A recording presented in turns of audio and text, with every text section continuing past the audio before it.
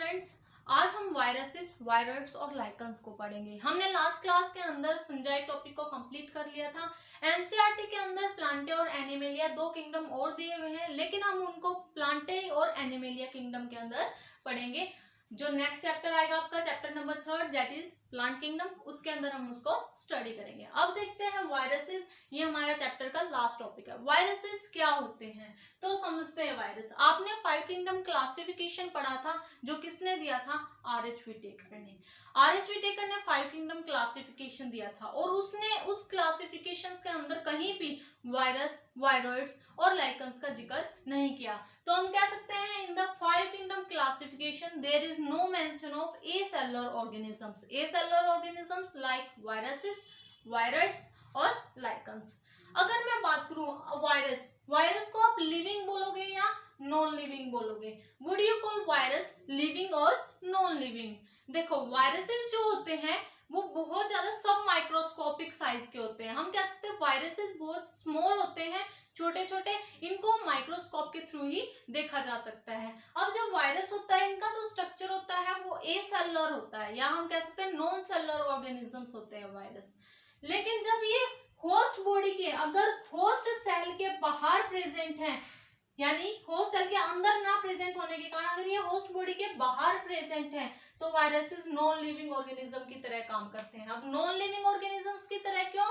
क्योंकि ना तो इनके अंदर क्या होगा, मेटाबॉलिज्म, ना तो ये मेटाबॉलिज्म शो करेंगे और ना ही क्या होगा, इनकी कोई ग्रोथ और डिवीजन होगी, अब्सेंस ऑफ ग्रोथ और डिवीजन। तो इसलिए ये कैसे होंगे?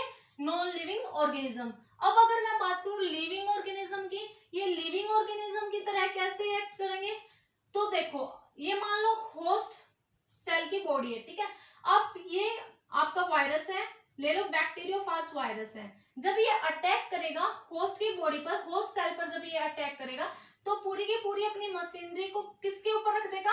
होस्ट की बॉडी पर, और अपने जेनेटिक मटेरियल को इसके अंदर रिलीज करेगा और बाद में क्या हो जाएगा? रेप्लिकेट, क्या करने लग जाएगा? रेप्लिकेट करने लग जाएगा। तो इट मींस ये ऑर्गेनिज्म कैसा होगा? Living organism.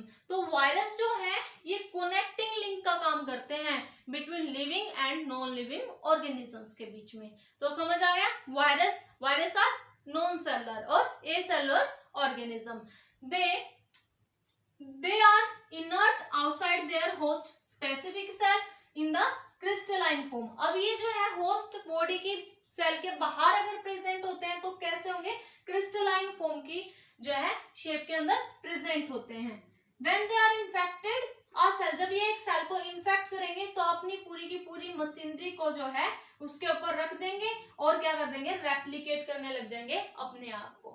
अब देखो, सबसे पहले वायरस जो टर्म है, वायरस टर्म किसने दी? इसको देखो, वायरस टर्म जो है ये पाश्चर ने दी थी। Pasteur give the virus. But virus का मतलब क्या होता है? वेनम या फिर पॉइजनस फ्लूइड। वायरस का मतलब है वेनम या फिर पॉइजनस फ्लूइड। तो ये टर्म किसने दी? पाश्चर ने। बट इसके बाद दूसरे साइंटिस्ट आते हैं, that is Ivanovsky. Ivanovsky scientist आए 1892 के अंदर। अब इन्होंने क्या बताया? देखो, इन्होंने सबसे पहले माइक्रोब्स को रिकॉग्नाइज किया और इन्होंने टीएमवी, टोबैको मोजाइक वायरस को डिस्कवर किया। इन्होंने क्या कहा? ये जो टीएमवी है ये मोजाइक डिजीज कॉज करता है टोबैको प्लांट के अंदर।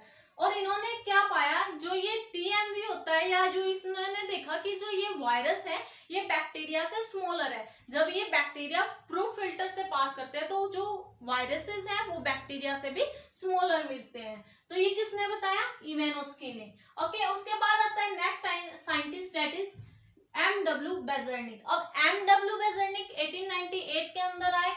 इन्होंने क्या किया? इन्होंने इन्फेक्टेड प्लांट ऑफ टोबैको को क्या कर दिया? डेमोन्स्ट्रेट, यानी कि उसको एक्सट्रैक्ट किया इन्फेक्टेड प्लांट ऑफ टोबैको को और उसको हेल्दी प्लांट के साथ रख दिया। और इन्होंने देखा कि जो इन्फेक्टेड प्लांट है टोबैको का, ये डिजीज कॉज कर रहा है हेल्दी प्लांट के अंदर भी, और उन्होंने उसको बोल दिया कॉन्टेजियम वीवम फ्लूइडियम। That means infectious living fluid, जिसका मतलब क्या है? Infectious living fluid.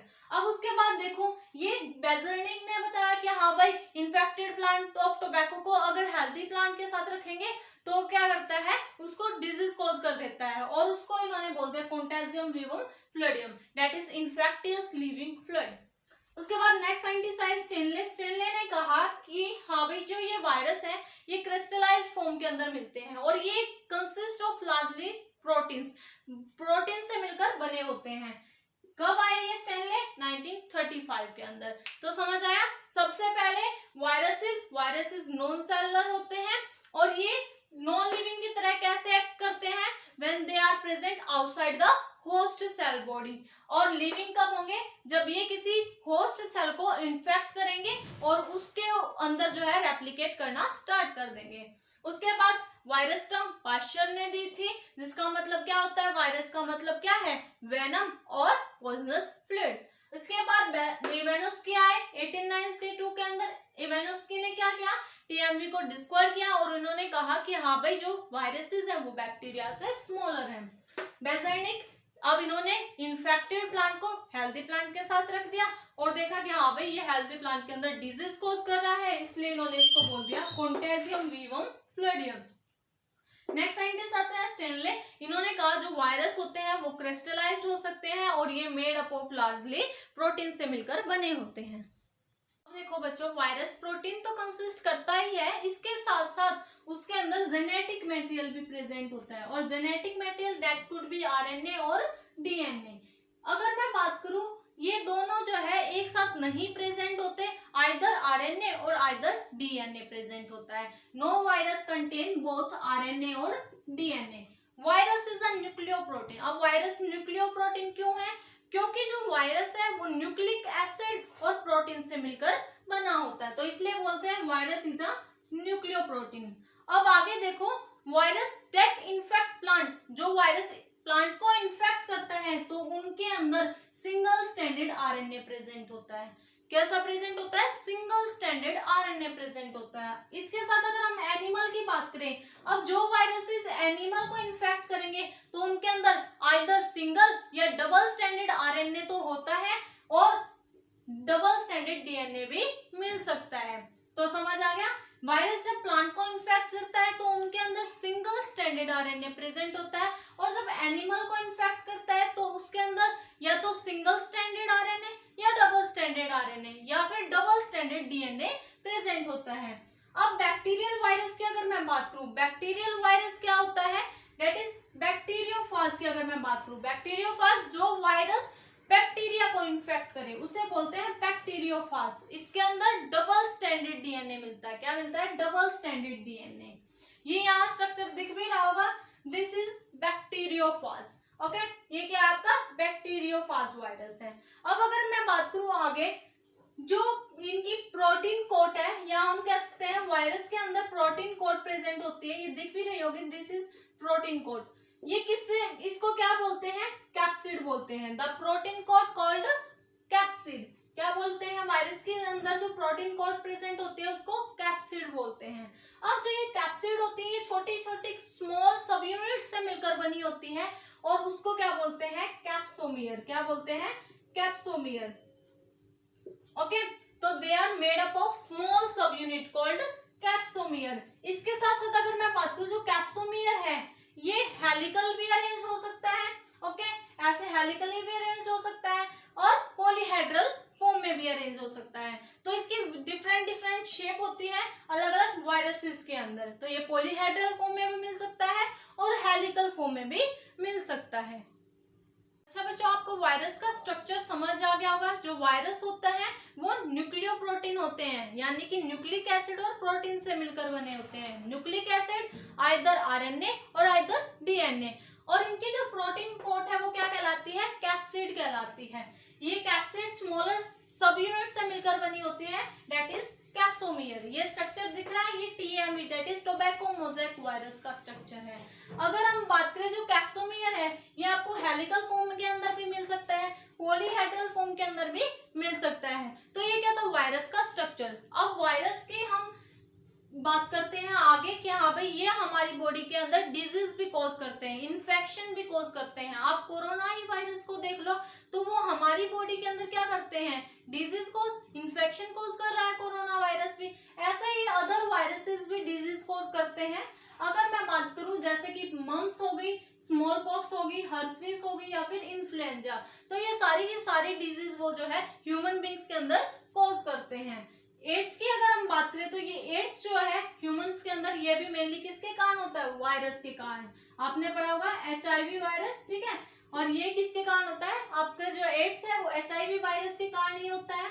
अब इसके साथ साथ बात करें हम प्लांट के अंदर भी कुछ सिम्टम्स देखने को मिलते हैं जब वायरसेस डिजीज कॉज करते हैं, जैसे कि हो गया आपका mosaic formation, leaf rolling, leaf जो है वो रोल होना स्टार्ट हो जाती है, कर्ल होना स्टार्ट हो जाती है, येलोइंग पड़ जाती है, येलो कलर फेड कलर हो जाता है, वेन क्लियरिंग, ड्वार्फिंग और स्टंटेड ग्रोथ। इसके साथ साथ उसकी जो है ग्रोथ भी रुक जाती है। तो ये सारे के सारे सिम्टम्स जो है हमें प्लांट्स के अंदर देखने को मिलते हैं। तो समझ आया, वायरस ह्यूमन बींग्स हुए या एनिमल्स या प्लांट्स, सबके अंदर डिजीज कॉज कर सकते हैं, like mumps, smallpox, herpes, influenza और एड्स जो है मेनली ह्यूमन बींग के अंदर ये किसके कारण होता है, वायरस के कारण ही होता है। प्लांट्स के अंदर हमें बहुत सारे सिम्टम्स देखने को मिलते हैं, जैसे कि हो गया मोज़ेक फॉर्मेशन, लीफ रोलिंग, इसके साथ साथ कर्लिंग, येलोइंग या फिर हम ले सकते हैं स्टंटेड ग्रोथ। तो समझ आ गया, ये पूरा एनसीईआरटी से करवा रही हूँ, आपको एनसीईआरटी की जो है एक एक लाइन रीड करनी है और आपको समझ आ जाएगा। अब बच्चों हमारा वायरसेस हो गया है, अब हम नेक्स्ट टॉपिक देखते हैं, दैट इज वायरस। वायरस क्या होते हैं अब इनको समझते हैं। तो सबसे पहले एक साइंटिस्ट आए, दैट इज टीओ डाइनर। 1971 के अंदर ये साइंटिस्ट आए और इन्होंने एक न्यू इन्फेक्टियस एजेंट डिस्कवर किया, दैट इज वायरस। और इन्होंने देखा जो ये वायरस हैं ये वायरस से भी स्मॉलर होते हैं, which are smaller than viruses. ये क्या कहते हैं कि हाँ भाई ये ओनली प्लांट के अंदर ही डिजीज करते हैं, जो वायरस होते हैं ये सिर्फ प्लांट्स के अंदर ही डिजीज करते हैं। इसके साथ साथ इनके अंदर low molecular weight RNA present होता है, लेकिन प्रोटीन कोट प्रेजेंट नहीं होती। हम कह सकते हैं प्रोटीन कोट इनके अंदर क्या होती है, अब्सेंट होती है। ये मेनली जो है पोटैटो स्पिंडल डिजीज कॉज करते हैं। पोटैटो के अंदर कैसे disease, potato spindle disease cause करते हैं ये मेनली। तो ये क्या आपके वायरस किसने दिए, टीओ डाइनर नाम के साइंटिस्ट ने इसकी डिस्कवरी की। और ये वायरसेस से स्मॉलर होते हैं, इनके अंदर low molecular weight RNA present होता है, प्रोटीन कोट इनके अंदर अब्सेंट होती है और ये mainly potato spindle disease cause करते हैं। तो ये क्या आपका वायरस। अब उसके बाद देखो प्रायंस, आपने न्यू एनसीईआरटी ले ली होगी तो उसके अंदर मिलेगा ये। जो ओल्ड एनसीईआरटी है उसके अंदर प्रायंस के बारे में बताया नहीं गया है, बट फिर भी आप देख लो। प्रायंस क्या होते हैं, ये जो है smallest proteinaceous agent, infectious agent बोल सकते हैं, ठीक है। ये प्रोटीनेशियस ऑर्गेनिजम्स होते हैं, बहुत ज्यादा स्मॉलर होते हैं और ये जो है प्लांट्स और एनिमल दोनों के अंदर डिजीज कॉज करते हैं, which cause disease in plants and animals. Like अगर मैं बात करूं क्यूरन एक डिजीज का नाम है, लाफिंग डेथ भी जिसे बोलते हैं, ये मेनली ह्यूमंस के अंदर मिलती है। ये भी किसके कारण होती है, प्रायंस के कारण होती है। उसके बाद स्कैर्पी, ये जो डिजीज है ये मेनली शिप्स और गोट्स के अंदर मिलेगी स्कैर्पी डिजीज और ये प्रायंस के कारण ही होती है। इसके साथ साथ अगर हम बात करें मैड काउ डिजीज, जिसको हम बोलते हैं बोवाइन स्पॉन्जिफॉर्म इंसेफेलोपैथी, ये जो डिजीज है मेड काउ डिजीज होते हैं, ये भी गोट्स के अंदर होती है मेनली। तो ये क्या है आपका प्रायंस क्या होता है, स्मॉलेस्ट इन्फेक्टियस एजेंट होते हैं ये, और ये जो है ह्यूमंस या प्लांट्स की बात करें दोनों के अंदर डिजीज कॉज कर सकते हैं, लाइक क्यूरू डिजीज होगी, स्कैर्पी होगी और मैड काउ डिजीज। ये क्या है प्रायंस। इसके बाद बात करते हैं हम लाइकन्स। अब बच्चों नेक्स्ट टॉपिक देखते हैं, दैट इज लाइकन्स। लाइकन्स क्या होते हैं, अब लाइकन्स जो है ये हमेशा ही म्यूचुअल रिलेशनशिप या हम कह सकते हैं सिम्बायोटिक रिलेशनशिप के अंदर प्रेजेंट होते हैं। तो मेनली एल्गा और फंजाई ही सिम्बायोटिक रिलेशनशिप के अंदर मिलती हैं और उनको क्या बोलते हैं, लाइकन्स बोलते हैं। अब इसके अंदर फाइकोबाइंड और माइकोबाइंड्स ये दो कंपोनेंट होते हैं। देखो फाइकोबाइंड तो बोलते हैं एल्गल कंपोनेंट को और माइकोबाइंड बोलते हैं फंगल कंपोनेंट को। तो समझ आया, फाइकोबाइंड और माइकोबाइंड, अल्गल कंपोनेंट को बोलेंगे फाइकोबाइंड और फंगल कंपोनेंट को बोलेंगे माइकोबाइंड। अब ये कैसे रिलेशनशिप में रहती है, आपस में इन दोनों को क्या मिलता है, तो देखो जो एल्गा होते हैं ये तो फंजाई के लिए फूड प्रिपेयर करते हैं, यानी कि फूड देती है फंजाई को, और जो फंजाई होती है ये उसे शेल्टर और मिनरल्स प्रोवाइड करती है। फंजाई एल्गा को शेल्टर और मिनरल प्रोवाइड करती है। और ये जो लाइकन्स होते हैं ये पोल्यूशन इंडिकेटर होते हैं, यानी कि ये पोल्यूटेड एरिया में ग्रो नहीं होते। तो समझ आया, लाइकन्स ये सिम्बायोटिक या हम कह सकते हैं सिम्बायोटिक एसोसिएशन के रूप में रहते हैं, मेनली एल्गा और फंजाई, इसको बोलते हैं लाइकन्स। और इसके अंदर जो एल्गल कंपोनेंट है उसको बोलेंगे फाइकोबायंट, और जो फंगल कंपोनेंट है उसको बोलेंगे माइकोबायंट। अब ये जो है इसके अंदर एल्गा फंजाई को फूड प्रोवाइड करती है, और जो फंजाई है वो उसको शेल्टर और मिनरल प्रोवाइड करती है। लाइकन्स कैसे होते हैं, वेरी गुड पोल्यूशन इंडिकेटर्स, यानी कि ये पोल्यूटेड एरिया के अंदर ग्रो नहीं हो सकते। तो बच्चों आपका ये जो चैप्टर है वो कंप्लीट हो गया है। वायरस, वायरॉइड्स, प्रायोन्स और आपके लाइकन्स, ये लास्ट टॉपिक था, ये कवर्ड हो गया है। आपको एनसीईआरटी से अच्छे से कवर करना है इसको। इसके बाद हम जो है नेक्स्ट चैप्टर स्टार्ट करेंगे।